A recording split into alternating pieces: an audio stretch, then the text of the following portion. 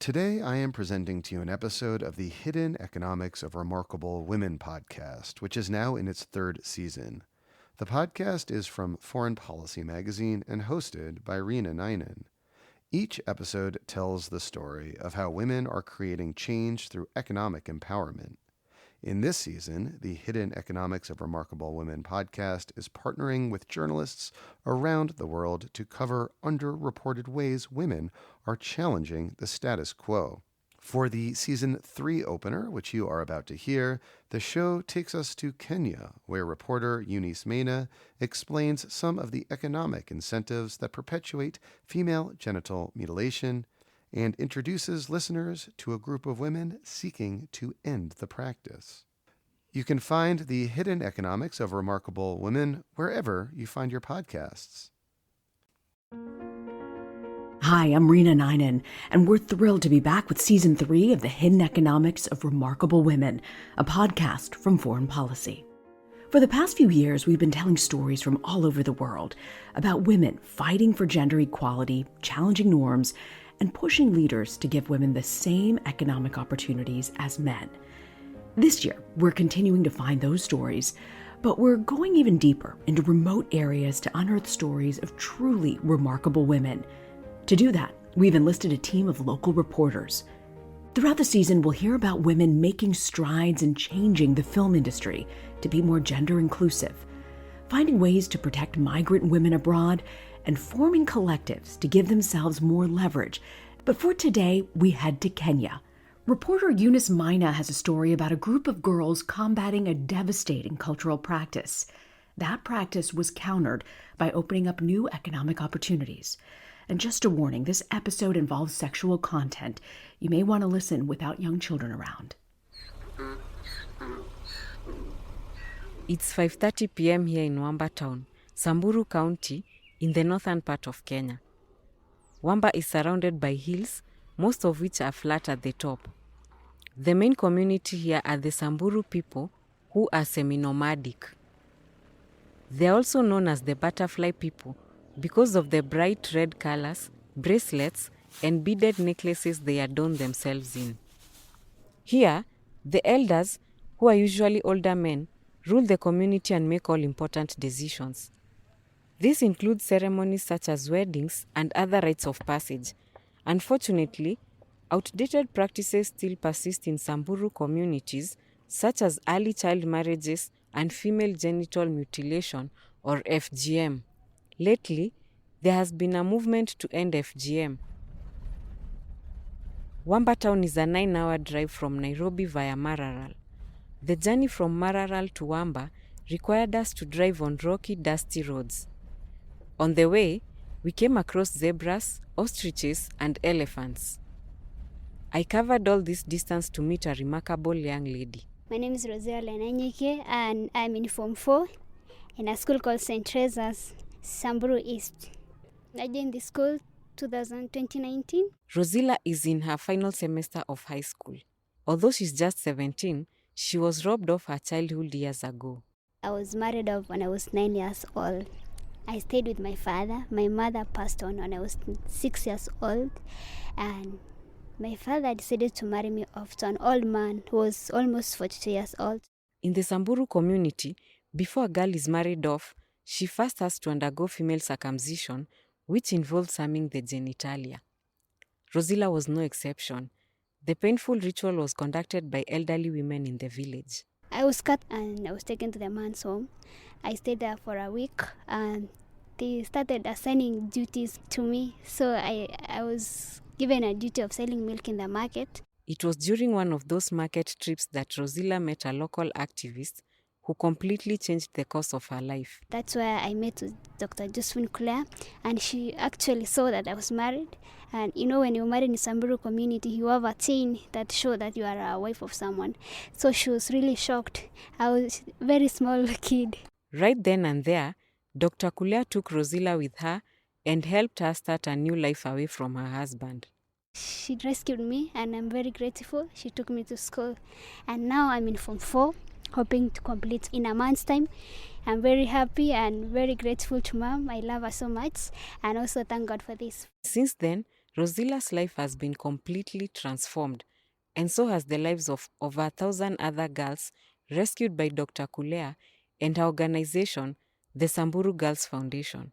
Through this foundation, Rosila experienced a second life-changing moment. That happened when Safaricom, one of Kenya's leading telecommunications companies, offered to support young girls at the rescue center through computer lessons. We had 2 mentors from Safaricom. They brought us some computers and they told us you can do some computer lessons and you can think of something resourceful to do using the computer. They said they want 12 girls to be learning computers, and since I'm so passionate about things to do with technology, every day I'm there. As part of the sponsorship, Safaricom encouraged the girls to take part in the Technovation Challenge, a global competition run by an American nonprofit which seeks to promote technology and entrepreneurship for girls. The competition is open to young girls across the world between the ages of 8 and 18. They are judged on how well they are able to use technology to solve real-world problems. Rosila, together with 4 girls from the rescue center, decided to put their computer skills to practice. They formed a team and named it Almasi. We got this partnership with the Safaricom. They came to us one day and they asked us if we can identify the problem we face as girls, and that's when we came up with the app called EndCut. The technical lead for Team Almasi is Dorcas Kanipa. We sat down and said, how will we help other girls who are not rescued as us? And this practice is against the rights of humanity. We come up with that app. Rosila and her teammates recognized that poverty was the enemy and the main reason why many young girls were getting circumcised and married off. EndCut was created with the main purpose of bringing financial freedom for Samburu women and others from surrounding communities who are still performing FGM, says Jacinta Lerte, another of Rosila's teammates. We created that app to help Samburu women, where they'll be making beads, and then they'll be using that app to sell their beads. This will help to reduce the rates of poverty, mostly which is somehow related to FGM. To further explain, the elder women who perform these circumcisions get paid for conducting the practice, and so it's an important source of income for them. The app therefore offers them another choice by creating a new marketplace for beads and other crafts. They will be selling their beads through the app. Then the money that they get, it will help them to raise their standards of living. Apart from just raising the standard of living, the idea is that this new source of income will dissuade these elder women from cutting girls, since they'll no longer need the money from conducting the practice. That's the main reason why Samburu women are performing FGM. In early October, the Almasi team were declared junior finalists at the Technovation Challenge 2022 for creating the EndCut app. Rosila's teammate Dorcas says that when you empower women and girls, big things happen. It was something that we cannot even imagine that we were going to win, and I can say we were extremely happy. The only thing that can limit you is yourself, and I've been praying to God that He can give me that determination in myself, that I'll be able to make other girls like me to see the bright future ahead. The EndCut app is a first of its kind in Samburu, and despite winning this prestigious award, Jacinta tells me that there is still a lot of challenges before the app becomes effective when it launches later this year. The main one being that many of the older people in Samburu do not own smartphones. So for now, the team is focusing on introducing it to those who have a phone and are more educated. I think we'll just find some women, then we tell them about the app, and then they will help us to tell the others. Despite this challenge, Rosila is optimistic that the app will catch on. She sees it as part of a larger movement to change the mindset of communities still tied to outdated cultural practices. My message to all girls, especially the girls who are undergoing the challenges, I want to tell them that you should not give up. Keep on the spirit of fighting for your rights and stand for the truth.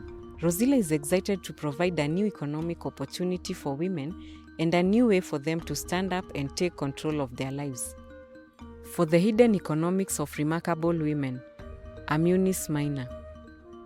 We'll be right back with legal ways to end FGM.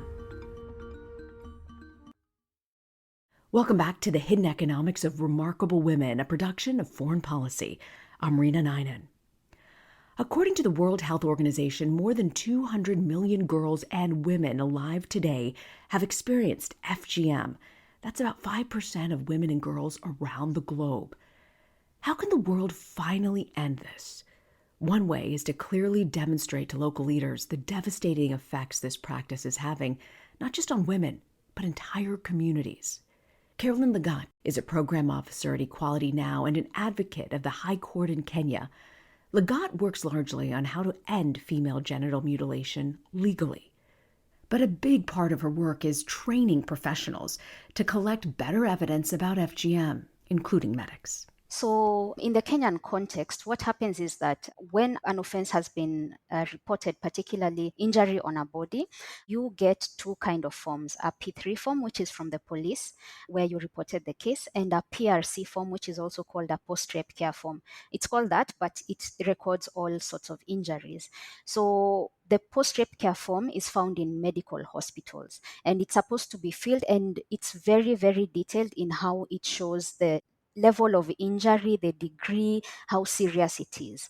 So when we started working with the actors in the justice chain, we observed that in certain regions, the PRC form, which is supposed to be filled by the medics, is not being filled. Why is that?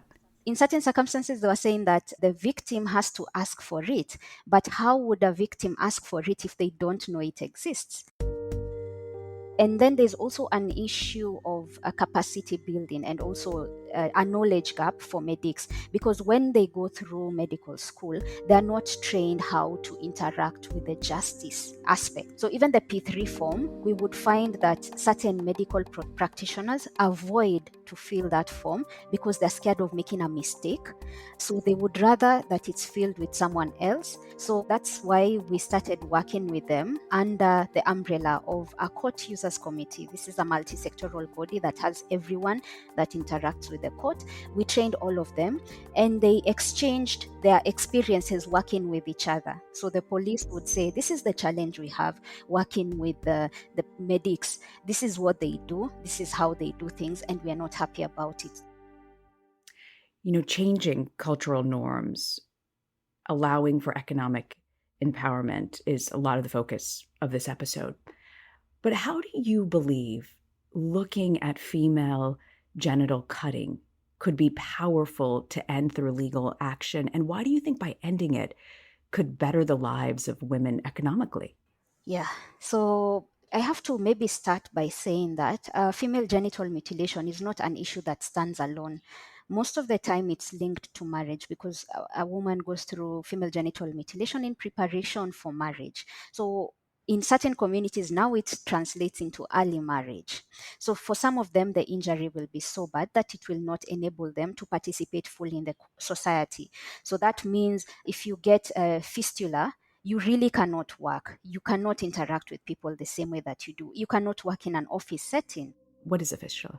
So fistula is where, because of female genital mutilation or even prolonged labor, you're not able to hold your urine.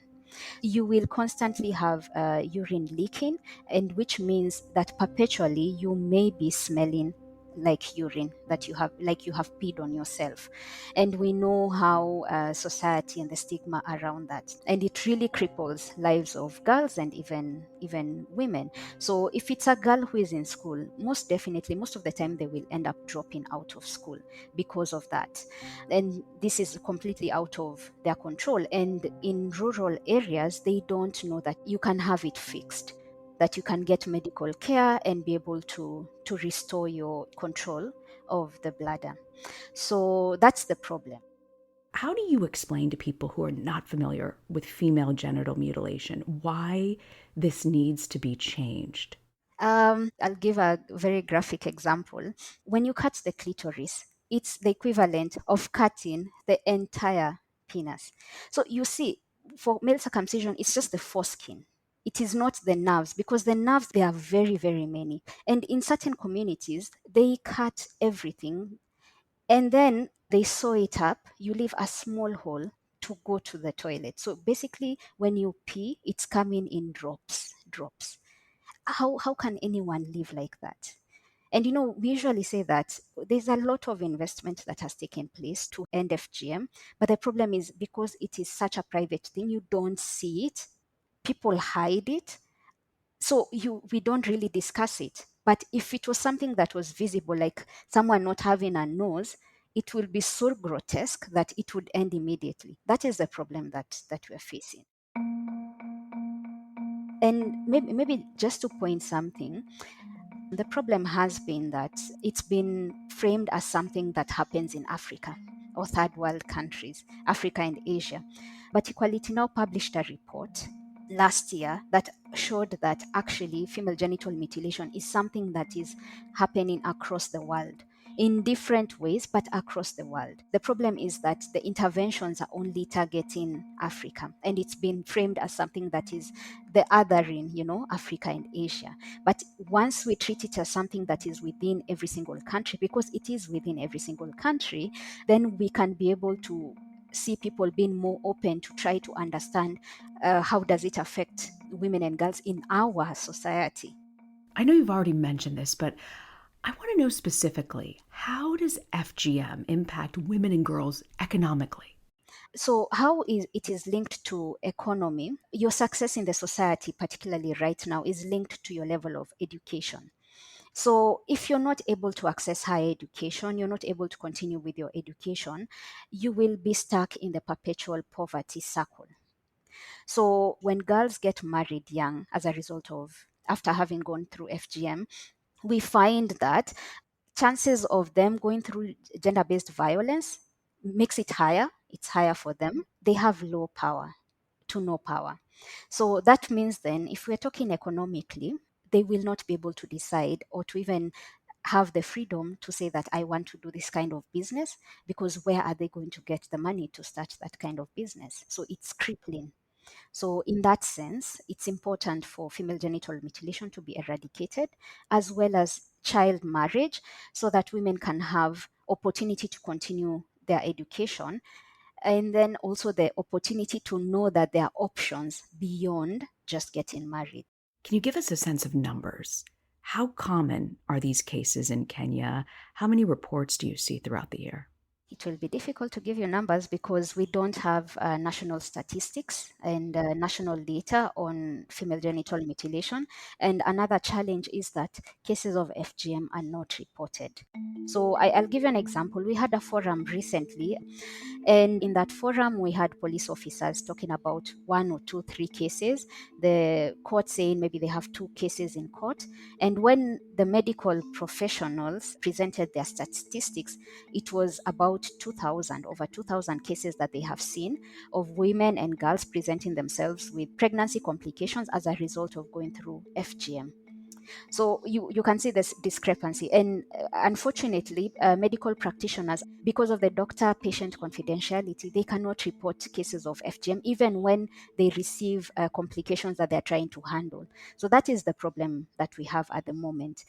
And then in certain regions in Kenya, you see a correlation between FGM and teenage pregnancies. So that is what alerts us to know that FGM is still ongoing, because in certain communities, once girls go through female genital mutilation, they are now allowed to be sexually active. And because we don't receive sex education in Kenya, most girls, most people do not know about family planning and use of contraception. So that again now translates to teenage pregnancies. So that's how we are able to know that female genital mutilation is still happening in certain communities. And of course, we'll receive reports, but you will not find this in official statistics and data. Carolyn, where do you see the biggest data gaps, and how do you think getting better data could really help advocates? The biggest gap is lack of investment, particularly the state. What we observe is that different government departments have their own data and they keep it to themselves. What is happening, let me speak for Kenya, what is happening is that the National and Gender Equality Commission has the sexual and gender-based violence information system that is going to allow all government departments to divert their data there so that it can be accessible to everyone. And we are currently trying to encourage the various departments to input their data there so that it can enable us to know the reality in the ground and also to develop programs that appropriately address the underlying factors of FGM. Many people recommend something called alternative rites of passage. You are not a fan of it. Can you sort of give me a sense as to what this is and why you don't like this? In most cultures, women and men go through rites of passage to show that they have become adults. So for most cultures in Kenya, it's going through male circumcision. And equally for communities as well, female genital mutilation. So, and that means that you have become a woman, you can now get married and have children. So alternative rites of passage encourages that the ceremony continues, but without cutting the girls. If it's slaughtering a cow or dancing, music, let that continue. Let's keep the training and the capacity building of the girls, or even showing them how to manage a household, but we don't cut. The problem with that is that we have not seen statistics or even data that shows that it is effective. And then also it brings in the question of, was that alternative rites of passage created with the involvement of the community? Has it been accepted by the community and the elders? In a particular community in Kenya, there was alternative rites of passage was done. They brought the girls who had not gone through FGM. They had a ceremony to celebrate that they have graduated from the alternative rites of passage. And immediately after that, that same night, those girls were paraded and cut. They were taken through FGM. So that's a complete failure on the alternative rites of passage at that particular point, because that shows that the community did not accept it, they did not approve it, and it exposed the girls who had not gone through FGM to now go through FGM. The point that I'm trying to make is that when you're developing an alternative rites of passage, it's very, very important to develop it together with the community, ensure that they have embraced it, and then work particularly with the elders. I know elders love to say that it's the women who are practicing FGM, it's not us, but they are the custodians of the culture. So if they say that there's no FGM, there will be no FGM. For someone listening who might not have the legal support that Kenya has, for someone in another country who might want to change their policy, where do you begin? Change is hard, especially on a topic like this. I would say that people can actually report cases of FGM to the UN or to the regional human rights mechanisms that are within the different regions. So for us in Africa, we have the African Commission on Human and People's Rights. So we report such cases and we say that, okay, we have FGM in our country. This is what the government is doing. This is what they're not doing. We recommend that they do this. And from there, governments get recommendations to change the way that they are dealing with FGM. So the reason why I'm mentioning this international human rights mechanism is because all countries want to have good PR with relation to human rights. They want to be known as countries that respect human rights, countries where their citizens are free and their human rights are not violated. But once something like this is reported, they will immediately try to change it. So that's why I advocate that make noise about it, because bad PR will actually lead to change in the way that governments are handling these issues.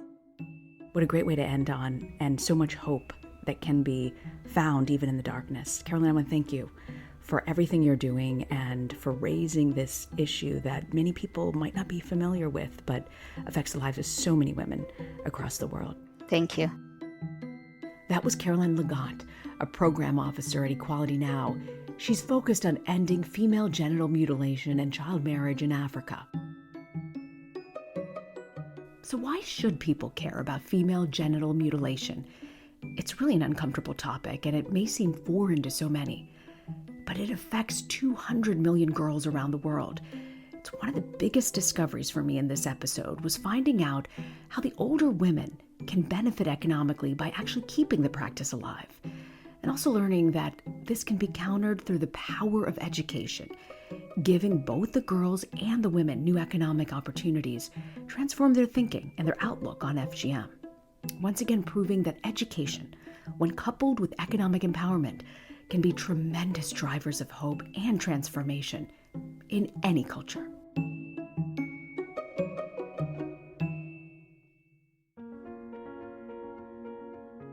Next week, how girls and women are trying to transform filmmaking in Nigeria. The training was like a miracle kind of opportunity for me. Now I see myself as someone that can make any kind of film that I want to make. More about how to increase the number of women behind the camera next week. And that does it for today's show. The Hidden Economics of Remarkable Women is a production of Foreign Policy and is made possible through funding from the Bill and Melinda Gates Foundation. The Hidden Economics of Remarkable Women is hosted by me, Reena Ninan. Laura Rossbrow-Tellem is our senior producer. Rob Sachs, our managing director.